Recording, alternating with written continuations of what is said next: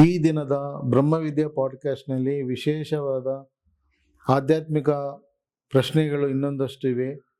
ನಮ್ಮ ಜೊತೆ ಗುರೂಜಿಯವರು ಇದ್ದಾರೆ. ಇದರ ಬಗ್ಗೆ ವಿಶೇಷವಾಗಿ ಉತ್ತರ ಮತ್ತು ಮಾರ್ಗದರ್ಶನವನ್ನು ತಿಳಿದುಕೊಂಡು ಆತ್ಮ ಸಾಕ್ಷಾತ್ಕಾರದ ಕಡೆ ಹೋಗೋಣ ಬನ್ನಿ. ಆತ್ಮ ನಮಸ್ತೆ.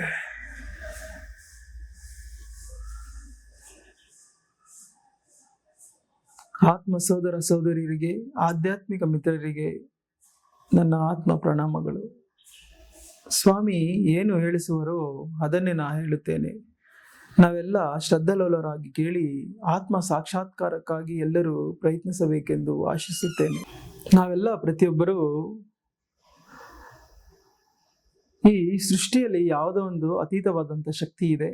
ಆ ಶಕ್ತಿಯನ್ನು ಪಡೆಯೋದೇ ನಮ್ಮ ಈ ಜನ್ಮದ ಧ್ಯೇಯ ಎಂದು ತಿಳಿದು ನಾವು ಆ ಶಕ್ತಿಯನ್ನು ಪಡೆಯೋದರ ಕಡೆಗೆ ಪ್ರಯಾಣ ಮಾಡಬೇಕೆಂದು ಆಶಿಸುತ್ತಾ ಸ್ವಾಮಿ ಏನು ಹೇಳಿಸುವರೆ ಅದನ್ನೇ ನಾ ಹೇಳುತ್ತೇನೆ. ನಾವೆಲ್ಲ ಶ್ರದ್ಧಾಲೋಲರಾಗಿ ಕೇಳಿ ಆತ್ಮ ಸಾಕ್ಷಾತ್ಕಾರಕ್ಕಾಗಿ ಪ್ರಯತ್ನಿಸಬೇಕೆಂದು ಆಶಿಸುತ್ತೇನೆ. ಹರಿ ಓಂ ತತ್ಸತ್. ಅಖಂಡ ಮಂಡಲಾಕಾರಂ ವ್ಯಾಪ್ತಮೇನ ಚರಾಚರಂ ತತ್ಪದಂ ದರ್ಶಿತಂ ಏನ ತಸ್ಮೈ ಶ್ರೀ ಗುರುವೇ ನಮಃ. ಅಜ್ಞಾನತಿಮಿರಾಂಧಸ್ಯ ಜ್ಞಾನಾಂಜಲಶಾಲಕಯ ಚಕ್ಷುರುನ್ಮಿಲಿತಂ ಏನ ತಸ್ಮೈ ಶ್ರೀ ಗುರುವೇ ನಮಃ. ಬ್ರಹ್ಮಾನಂದಂ ಪರಮಸುಖದಂ ಕೇವಲಂ ಜ್ಞಾನಮೂರ್ತಿಂ ವಿಶ್ವಾತೀತಂ ಗಗನಸದೃಶಂ ತತ್ವಮಸ್ಯಾದಿಲಕ್ಷ್ಯಂ ಏಕಂ ನಿತ್ಯಂ ವಿಮಲಂ ಅಚಲಂ ಸರ್ವದೀ ಸಾಕ್ಷಿಭೂತಂ ಭಾವಾತೀತಂ ತ್ರಿಗುಣರಹಿತಂ ಸದ್ಗುರುಂ ತಂ ನಮಾಮಿ. ಸ್ವಸ್ತಿ ಪ್ರಜಾಭ್ಯಂ ಪರಿಪಾಲಯಂತಂ ನ್ಯಾಯೇನ ಮಾರ್ಗೇಣ ಮಹೀಮಹೀಶಂ. ಓಂ ಬ್ರಾಹ್ಮಣೇಭ್ಯಂ ಶುಭಮಸ್ತು ನಿತ್ಯಂ. ಲೋಕಾ ಸಮಸ್ತ ಸುಖಿನೋ ಭವಂತು. ಲೋಕಾ ಸಮಸ್ತ ಸುಖಿನೋ ಭವಂತು. ಲೋಕಾ ಸಮಸ್ತ ಜನೋ ಸುಖಿನೋ ಭವಂತು. ಜೀವನ ಮಾಡುವುದಕ್ಕೆ ಕರ್ಮಗಳನ್ನು ಮಾಡಬೇಕು. ಆ ಕರ್ಮಗಳು ನಮಗೆ ಅಂಟಿಕೊಳ್ಳಬಾರದಂದ್ರೆ ನಾವು ಏನು ಮಾಡಬೇಕು ಜಯಶ್ರೀ? ಇದನ್ನ ಉಪನಿಷತ್ತಿನ ಮುಖಾಂತರ ನಾನು ಹೇಳೋದಕ್ಕೆ ಪ್ರಯತ್ನ ಮಾಡ್ತೀನಿ. ಉಪನಿಷತ್ತಲ್ಲಿ ಉಪನಿಷತ್ಕಾರರು ಮಹರ್ಷಿಗಳೇನು ಹೇಳಿದ್ದಾರೆ ಅಂತಂದ್ರೆ, ಯತ್ ಕೃತಂ ಕರಿಷ್ಯಾಮಿ ತತ್ ಸರ್ವಂ ನಮ್ಯಾ ಕೃತಂ ತ್ವಯಾ ತತ್ ತ್ವಮೇವ ಮಧುಸೂದನ ಅಂತ ಮಹರ್ಷಿಗಳು ಉಪನಿಷತ್ತಲ್ಲಿ ಹೇಳಿದ್ದಾರೆ.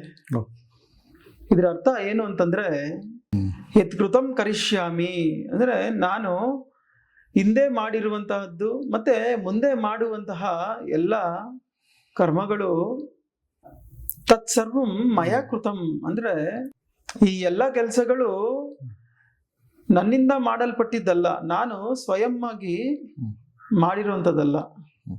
ತ್ವಯಾ ತತ್ ಕಾರಿತಂ ಅಂದ್ರೆ ಅವೆಲ್ಲವೂ ನಿನ್ನ ಒಂದು ಪ್ರೇರಣೆಯಿಂದ ಮತ್ತು ನಿನ್ನ ಶಕ್ತಿಯಿಂದ ಮಾಡಲ್ಪಟ್ಟಿರುವಂಥದ್ದು. ತ್ವಮೇವ ಮಧುಸೂದನ, ಹೇ ಮಧುಸೂದನ, ಎಲ್ಲದಕ್ಕೂ ನೀನೇ ಮೂಲ, ನೀನೇ ಕರ್ತೃ. ಹಾಗಾಗಿ ಸರ್ವವೂ ನಿನಗೆ ಅರ್ಪಿಸುತ್ತಿದ್ದೇನೆ ಎಂದು ಹೀಗೆ ಕರ್ಮಗಳನ್ನು ಮಾಡುತ್ತಾ ಕರ್ಮ ಫಲಗಳನ್ನು ಸ್ವಾಮಿಗೆ ಅರ್ಪಿಸುತ್ತಿರುತ್ತಾನೆ ಯೋಗಿ. ಹಾಗಾಗಿ ನಾವು ಕೂಡ ಆ ಯೋಗಿಗಳ ರೀತಿ ಕರ್ಮಗಳನ್ನು ಮಾಡಿ ಕರ್ಮ ಫಲಗಳನ್ನು ನಾವು ಅವನಿಂದ ಬಂದಿರೋ ಕಾರಣದಿಂದ ಅವನಿಗೆ ಅರ್ಪಿಸಿಬಿಟ್ರೆ ಆ ಕರ್ಮ ಫಲಗಳು ನಮಗೆ ಆ ಕರ್ಮದಿಂದ ಉಂಟಾಗುವಂತಹ ದೋಷಗಳು ಅಂಟಿಕೊಳ್ಳುವುದಿಲ್ಲ. ಕರ್ಮವನ್ನ ಮಾಡಬೇಕು, ಆದ್ರೆ ಕರ್ಮ ಫಲಗಳನ್ನ ಅವನಿಗೆ ಅರ್ಪಿಸಬೇಕು. ಯಾಕಂದ್ರೆ ಅವನೇ ಮೂಲ, ಅವನೇ ಅದಕ್ಕೆ ಕರ್ತೃ. ಹಾಗಾಗಿ ಕರ್ಮವನ್ನು ಮಾಡೋದಷ್ಟೇ ನಮ್ಗೆ ಅಧಿಕಾರ ಇದೆ. ಆದ್ರೆ ಕರ್ಮ ಫಲಗಳನ್ನ ನಾವು ಫಲಾನುಫಲಗಳನ್ನ ಬಯಸಬಾರದು.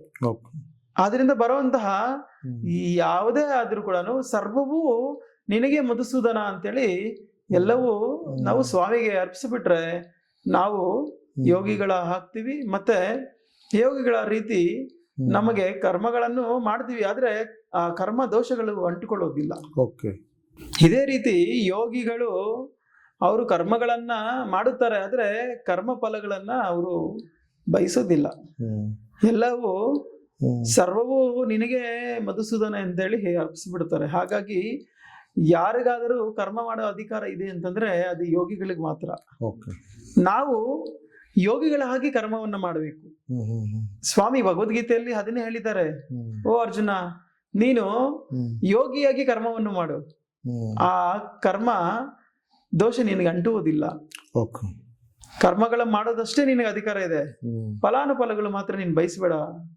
ನಾವು ಇವತ್ತಿನ ದಿವಸ ಏನೇ ಮಾಡಿದ್ರು ಕೂಡ ನಮ್ಮ ಕೈಯಲ್ಲಿ ಸ್ವಾಮಿ ಮಾಡಿಸುತ್ತಿದ್ದಾನೆ ಎಂದು ತಿಳಿಯಬೇಕು.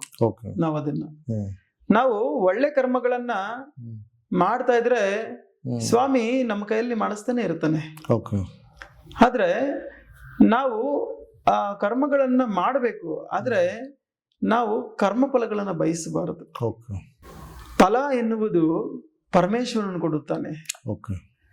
ಫಲವನ್ನು ಕೋರುವ ಅರ್ಹತೆ ಮಾನವನಿಗೆ ಇಲ್ಲವೇ ಇಲ್ಲ. ಅದಕ್ಕೆ ಸ್ವಾಮಿ ಭಗವದ್ಗೀತೆಯಲ್ಲಿ ಏನ್ ಹೇಳ್ತಾರೆ ಅಂತಂದ್ರೆ, ಓ ಅರ್ಜುನ, ನಿನಗೆ ಕರ್ಮವನ್ನು ಮಾಡೋದಕ್ಕಷ್ಟೇ ಅಧಿಕಾರ ಇದೆ, ಆದ್ರೆ ಕರ್ಮ ಫಲಗಳ ಮಾತ್ರ ಬಯಸ್ಬೇಡ. ಯಾಕೆಂತಂದ್ರೆ ಮಾನವ ಏನ್ ಮಾಡ್ತಾನೆ ಅಂತಂದ್ರೆ, ಆ ಕೆಲಸ ಮಾಡೋದಕ್ಕಿಂತ ಮುಂಚೆನೆ ಅವನು ಬ್ಯಾರಿಕೇಡ್ ಅನ್ನು ಹಾಕ್ತಾನೆ. ಈ ಕೆಲಸ ಮಾಡೋದ್ರಿಂದ ನನ್ಗೆ ಏನ್ ಸಿಗತ್ತೆ, ಇದರಿಂದ ನನ್ಗೆ ಏನ್ ಪಡಿಬೋದು ಅಂತೇಳಿ ಮುಂಚಿತವಾಗಿ ಬ್ಯಾರಿಕೇಡ್ ಹಾಕೊಂಡಿರ್ತಾನೆ. ಆ ಕೆಲಸ ಆಯ್ತು ಅಂತಂದ್ರೆ ಅವನಿಗೆ ನಾನು ಮಾಡ್ಬಿಟ್ಟಿದ್ದೀನಿ, ನನ್ನಿಂದನೇ ಆಯ್ತು ಅನ್ನೋ ಅಹಂಕಾರ ಬರುತ್ತೆ. ಆ ಅಹಂಕಾರದಿಂದ ಮತ್ತೆ ಅವನ ಪತನಕ್ಕೆ ದಾರಿ ತೆಗಿತಾನೆ. ಆ ಕೆಲಸ ಆಗ್ಲಿಲ್ಲ ಅಂತಂದ್ರೆ ಅವನೇನ್ ಮಾಡ್ತಾನೆ, ನನ್ನ ಕೈಲಿ ಆಗ್ಲಿಲ್ಲ, ನಾನು ಮಾಡ್ಲಿಲ್ಲ ಅಂತೇಳಿ ಅವನು ಡಿಪ್ರೆಷನ್ಗೆ ಹೊರಟ್ಬಿಡ್ತಾನೆ. ಈ ಎರಡೂ ಕೂಡ ನಿನಗೆ ಬೇಡ ಅರ್ಜುನ, ಈ ಎರಡೂ ಬುದ್ಧಿಗಳು ನಿನಗೆ ಬೇಡ. ಕರ್ಮವನ್ನಷ್ಟೇ ನೀನ್ ಮಾಡು, ಫಲ ಅನ್ನೋದು ಪರಮೇಶ್ವರ ಕೊಡ್ತಾನೆ, ಅಂದ್ರೆ ನಾನ್ ಕೊಡ್ತೀನಿ, ನೀನ್ ಅದ್ರ ಬಗ್ಗೆ ಯೋಚನೆ ಮಾಡಬೇಡ ಅಂತೇಳಿ ಸ್ವಾಮಿ ಅರ್ಜುನನಿಗೆ ಹೇಳೋ ಮುಖಾಂತರ ಈ ಎಲ್ಲ ಮಾನವ ಲೋಕಕ್ಕೆ ಈ ಸಂದೇಶವನ್ನು ಕೊಟ್ಟಿದ್ದಾರೆ. ನಾವು ಅದನ್ನ ಅರ್ಥ ಮಾಡಿಕೊಂಡು ಇವತ್ತಿನ ದಿವಸ ಕರ್ಮಗಳನ್ನ ಅಷ್ಟೇ ನಾವು ಮಾಡಬೇಕು, ಆದ್ರೆ ಕರ್ಮಫಲಗಳನ್ನ ಬಯಸಬಾರದು. ನಿನಗೆ ಏನು ಪ್ರಾಪ್ತಿ ಇದೆಯೋ ಅದು ಸ್ವಾಮಿ ಕೊಡ್ತಾನೆ. ನಾವು ಮುಂಚೆನೆ ಬ್ಯಾರಿಕೇಡ್ ಹಾಕೊಂಡು ನಾವು ಕುತ್ಕೋಬಾರದು. ಒಂದು ದುಃಖಕ್ಕಾದ್ರೂ ಗುರಿ ಆಗ್ಬಿಡ್ತೀವಿ, ಇಲ್ಲ ಅಂತಂದ್ರೆ ಅಹಂಕಾರ ಬಂದ್ಬಿಡುತ್ತೆ. ಯಾಕಂದ್ರೆ ಸೃಷ್ಟಿಯಲ್ಲಿ ನಾವು ಏನು ತರಲಿಲ್ಲ ಕಳ್ಕೊಳೋದಿಕ್ಕೆ. ಹಾಗಿಲ್ಲ ಅಂತಂದ್ರೆ ನಾನು ಇಷ್ಟು ಕಷ್ಟ ಬಿದ್ದೆ, ನಾನು ಇಷ್ಟು ಹೆಸರು ಮಾಡಿದ್ದೆ, ನಾನು ಇಂಥ ಇಂಥ ಕೆಲಸಗಳನ್ನ ಮಾಡಿದ್ದೀನಿ ಅಂತ ಹೇಳ್ತಾರೆ ಮಾನವರು. ಆದ್ರೆ ಇವರು ಮಾಡೋದಿಕ್ಕೆ ಏನಾದರೂ ಸ್ವಾಮಿ ಈ ಸೃಷ್ಟಿಯಲ್ಲಿ ಎಲ್ಲ ಕೊಟ್ಟಿದ್ದಾನೆ, ಆ ಸೃಷ್ಟಿಯಿಂದ ನಾವು ಮಾಡ್ತಾ ಇದ್ದೀವಿ. ಇವನು ಏನಾದ್ರೂ ಒಂದು ಹುಲ್ಲು ಕಡ್ಡಿಯಾದ್ರೂ ತಯಾರಿಸಕ್ಕಾಗತ್ತಾ? ಅಥವಾ ಏನಾದ್ರೂ ಬರ್ಬೇಕಾದ್ರೆ ತಂದಿದ್ದಾನ? ಇಲ್ವಲ್ಲ. ಎಲ್ಲವೂ ಸೃಷ್ಟಿಯಲ್ಲಿದೆ. ಆ ಸೃಷ್ಟಿಯಲ್ಲಿ ಸ್ವಾಮಿ ನಿನಗೇನೋ ಪ್ರಾಪ್ತಿ ಇದೆ, ನೀನು ಇದನ್ನ ಮಾಡು, ನೀನು ಇದಕ್ಕೆ ಯಜಮಾನಿ ಆಗು ಅಂತೇಳಿ ಒಂದಷ್ಟು ಕೊಡ್ತಾನೆ. ಅದಕ್ಕೆ ನಾನು ಮಾಡಿದ್ದೇನೆ ಅನ್ನುವಂತಹ ಕಕೃತ ಬುದ್ಧಿ ಇರಬಾರ್ದು ಯಾವತ್ತೂ. ಈ ಕಕೃತ ಬುದ್ಧಿ ತುಂಬಾ ನಮಗೆ ಅಹಂಕಾರ ತಂದು ಕೊಡುತ್ತದೆ. ಈ ಅಹಂಕಾರದಿಂದ ನಾವು ನಾನು ಮಾಡಿದೆ, ನಾನು ಇಷ್ಟು ಕಷ್ಟ ಬಿದ್ದೆ, ನಾನು ಇಷ್ಟೆಲ್ಲ ಮಾಡಿದೆ, ನಾನೊಬ್ಬನೇ ಇದು ಮಾಡಕ್ ಸಾಧ್ಯ ಅನ್ನುವಂಥ ಆ ಕಕೃತ ಬುದ್ಧಿ ಬೇಡ. ಆ ಕಕೃತ ಬುದ್ಧಿ ಇದ್ರೆ ದುಃಖಕ್ಕೆ ಗುರಿ ಆಗ್ಬಿಡ್ತಾನೆ ಅಂತೇಳಿ ಸ್ವಾಮಿ ಅರ್ಜುನನಿಗೆ ಭಗವದ್ಗೀತೆಯಲ್ಲಿ ಹೇಳಿದ್ದಾರೆ. ಈ ಪ್ರಕೃತಿಯಲ್ಲಿ ಪಂಚಭೂತಗಳಿದ್ದಾವೆ. ಆ ಪಂಚಭೂತಗಳಿಂದ ಎಲ್ಲವೂ ನಡೀತಾ ಇದೆ. ಆ ಎಲ್ಲವೂ ನಡೀತಾ ಇರೋದನ್ನ ನಾವು ಹೇಗೆ ನೋಡಬೇಕು? ಒಂದು ನಿರಪರಾಧಿಯಾಗಿ ನೋಡಬೇಕು ನಾವು. ಏನೋ ನಿನ್ನ ಕರ್ಮ ಫಲಕ್ಕೆ ತಗ್ಗಾಗಿ ಸ್ವಾಮಿ ನೀನು ಇದಕ್ಕೆ ಯಜಮಾನಿಯಾಗು ಅಂತೇಳಿ ಒಂದಷ್ಟು ಕೊಟ್ಟಿರ್ತಾನೆ.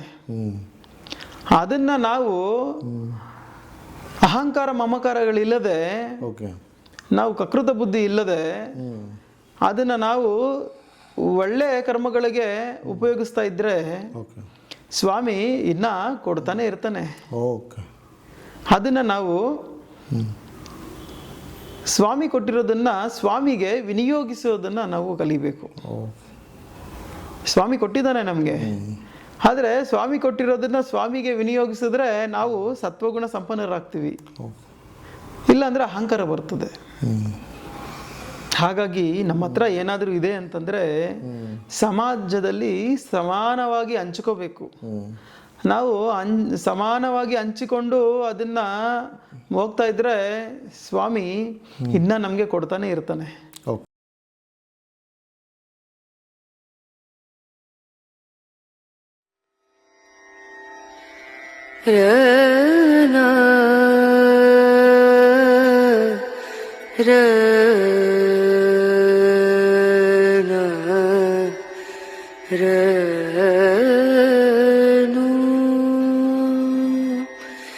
रे